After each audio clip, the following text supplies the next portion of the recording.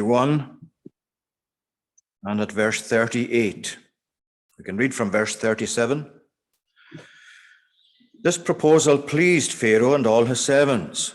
And Pharaoh said to his servants, "Can we find a man like this, in whom is the Spirit of God?" Then Pharaoh said to Joseph, "Since God has shown you all this, there is none so discerning and wise as you are. You shall be over my house, and all my people shall order themselves as you command. Only as regards the throne will I be greater than you." Well, how often do you find it in history that one individual has the whole world set around him in terms of its future? And that, in a sense, is what you find largely in the case of Joseph at this point in his life. Because the whole world, at least the known world, the settled world of his day, was really dependent on the decision that Pharaoh was going to take, as he was advised here by Joseph in regard to his dreams. In other words, you find sometimes truth is stranger than fiction, because who could have made up the kind of events that you find in the life of Joseph, brought from prison to being president, you might say, in one day, having suffered so much before that and having been tested by the immediately preceding events in the prison, and proving himself then later when he came to be set over the land of Egypt. So what was the secret of Joseph's wisdom? What was the secret of Joseph's lifestyle? What was the secret of the way that Joseph conducted himself in all the circumstances of his life? Well, you can find that actually in verses that speak about how God was with him, and you find that more than once throughout these passages dealing with Joseph. You find verse 13, chapter 39. If you look back to chapter 39 and verse 2, the Lord was with Joseph, and he became a successful man, and he was in the house of his Egyptian master.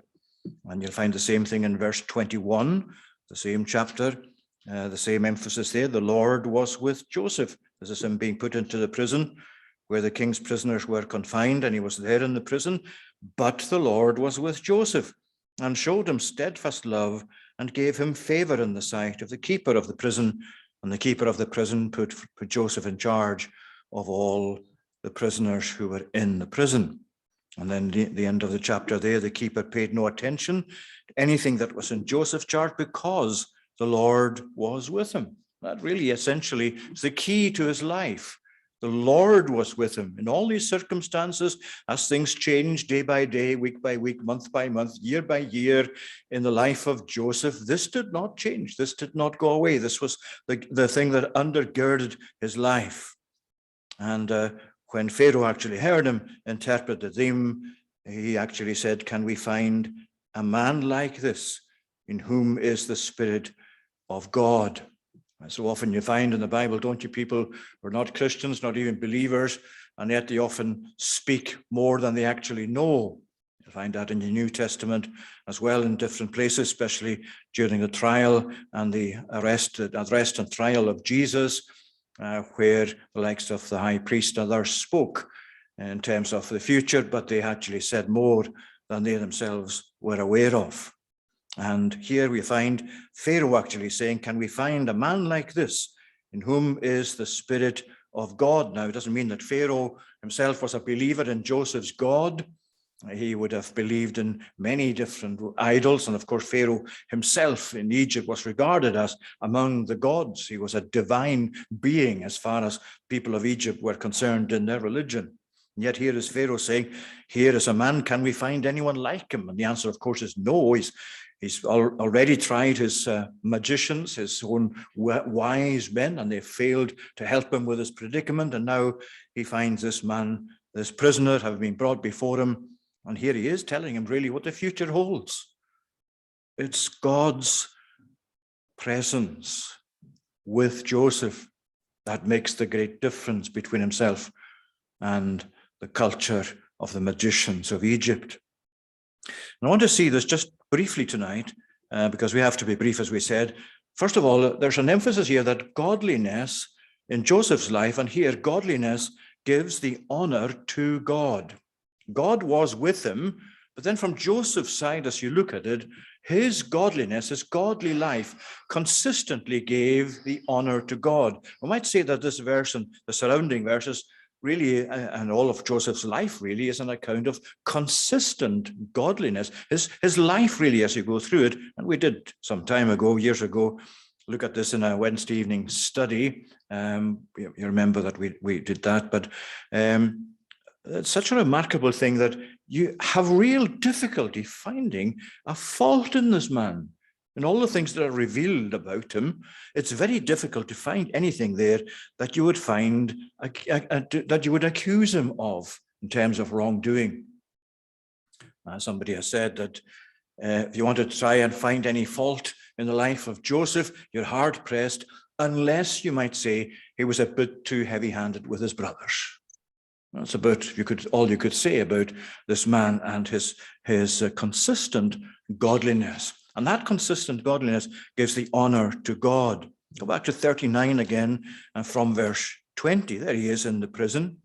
And despite the fact that he's in the prison, the Lord is with him, showed him steadfast love, and gave him favor in the sight of the keeper of the prison.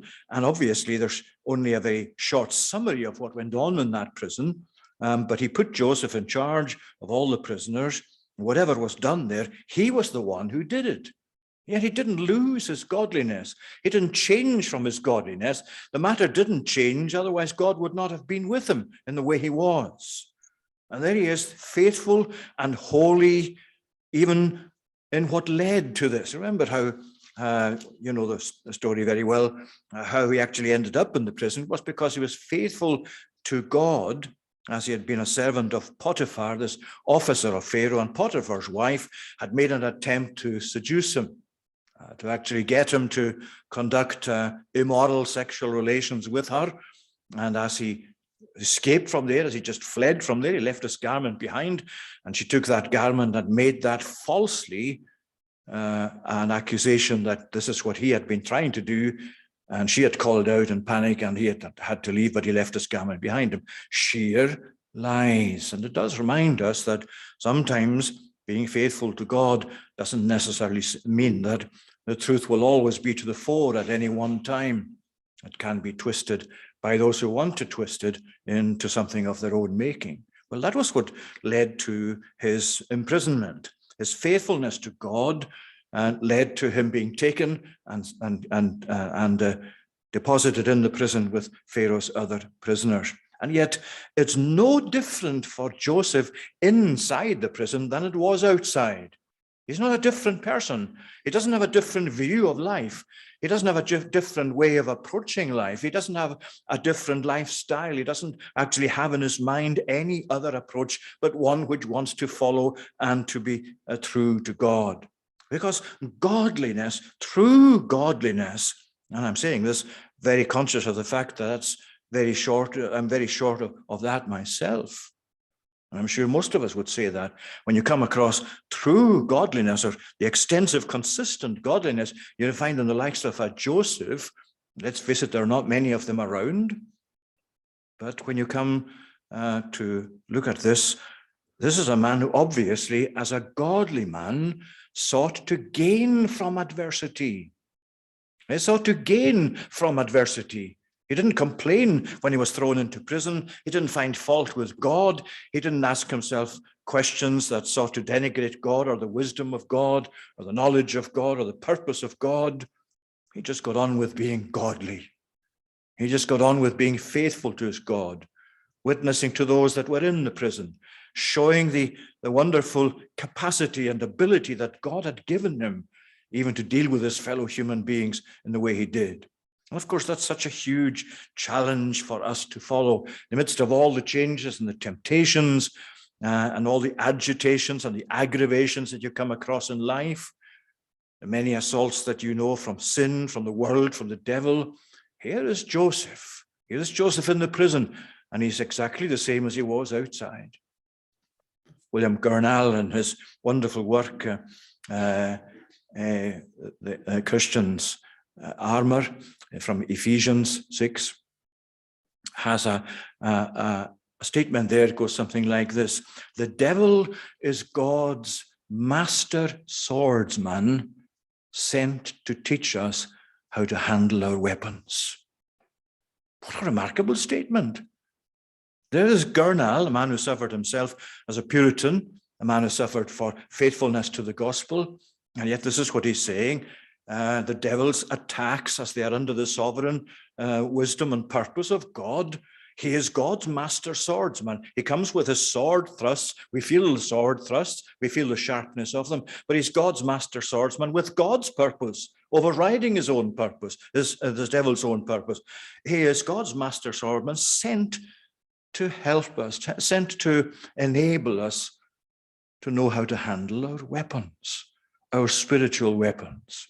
See, if you didn't have that sort of oppositions, how would you know how to use your faith? What need would you have of your faith? Where would your hope be? How would it be exercised or strengthened?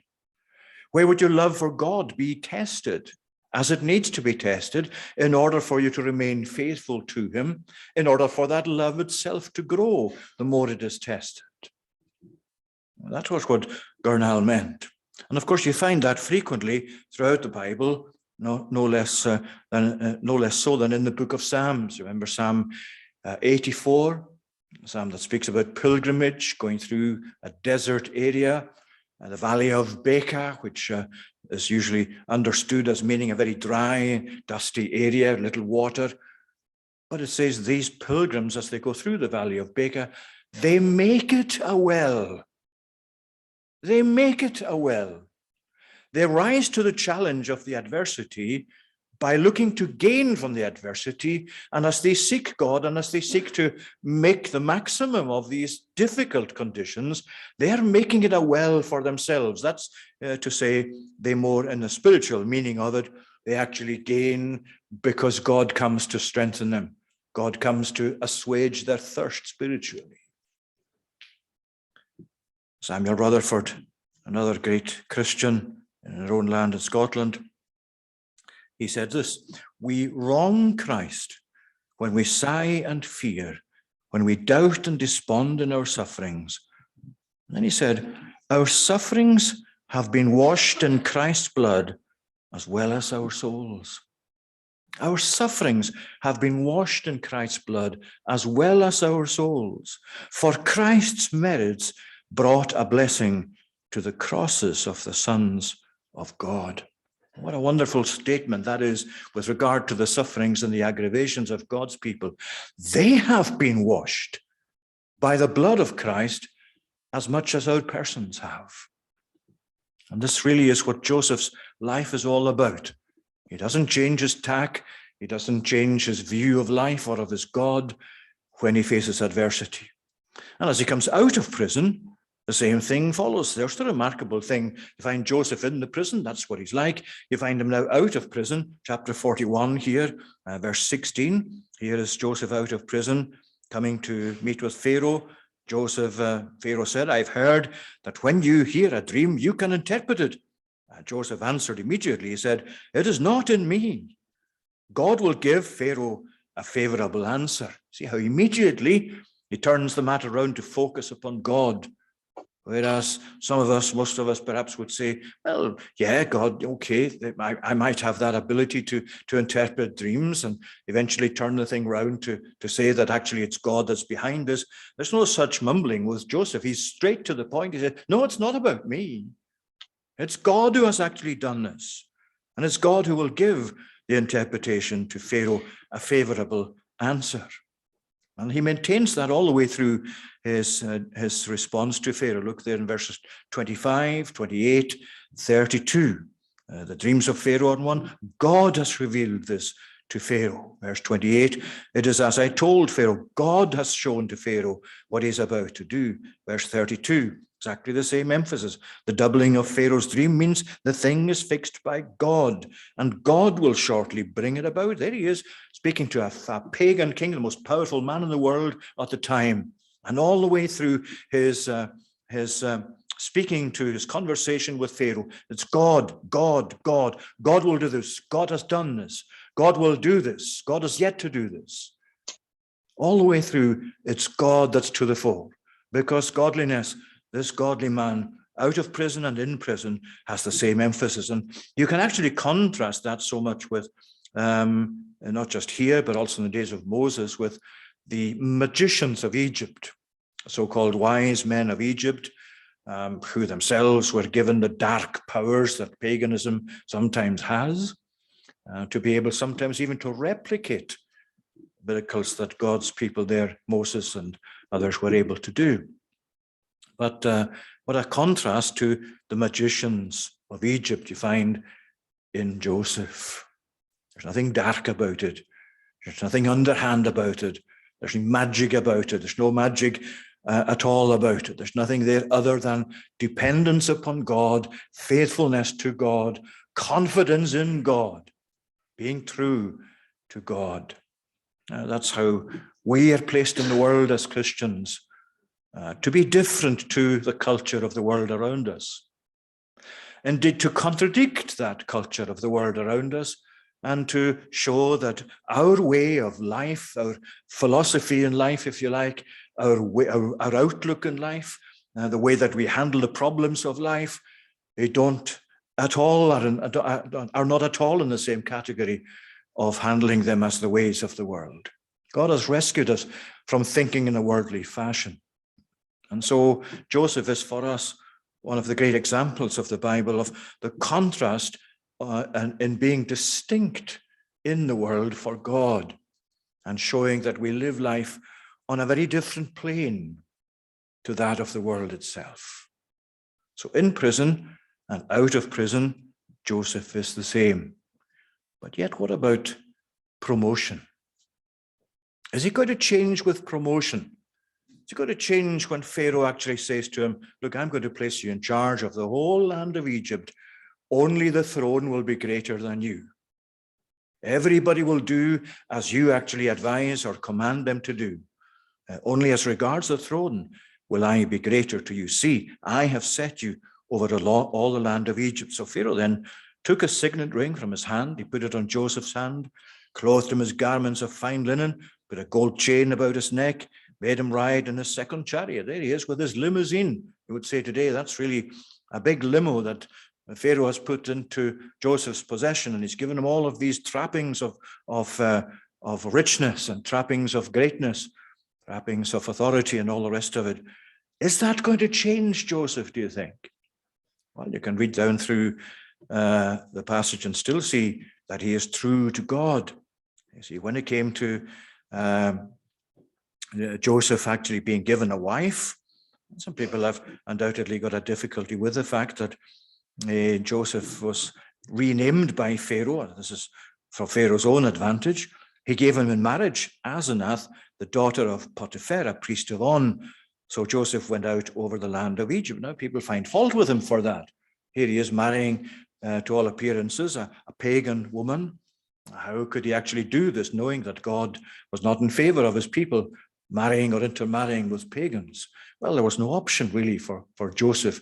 If he wanted to, at that point, fulfill the will of God as he did, and God had placed him in this situation deliberately, this was the way that Joseph had to then conduct himself in order to actually go through with the purpose that God had for him. I know that necessarily doesn't explain everything about it, but certainly it's not something that Joseph himself would ordinarily have chosen.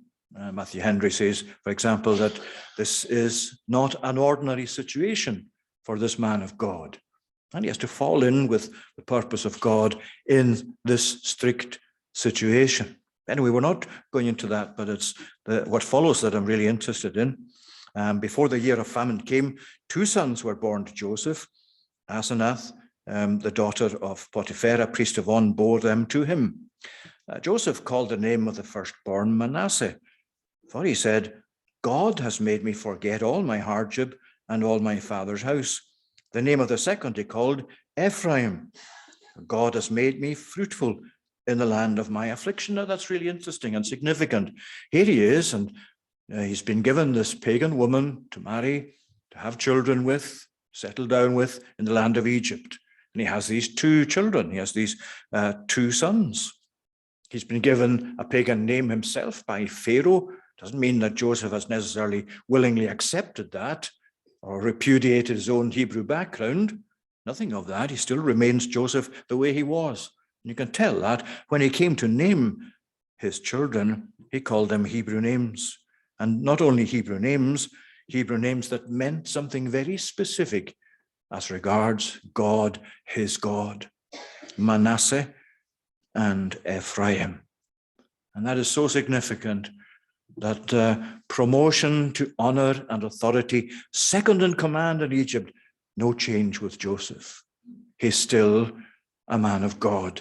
He's still a Hebrew. He's still committed to God in covenant and faithfulness and obedience.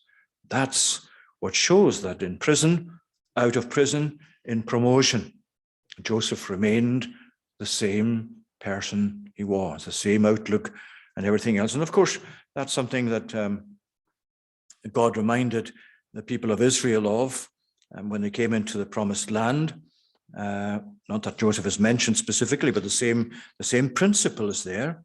And when you come to Deuteronomy 6, for example, and verses 10 to 12, you read as follows: God saying through Moses, when the Lord your God brings you into the land that he swore to your fathers, Abraham, Isaac, and to Jacob to give you, with great and good cities that you did not build, houses full of good things that you did not fill, cisterns that you did not dig, vineyards and olive trees that you did not plant.